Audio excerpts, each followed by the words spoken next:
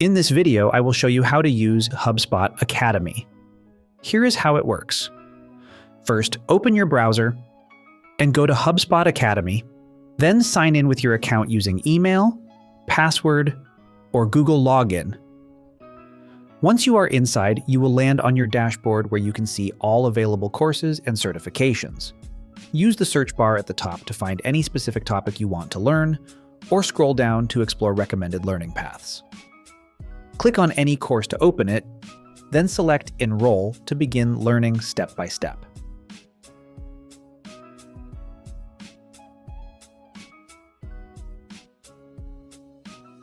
As you progress, HubSpot Academy will automatically track your completion and save your progress.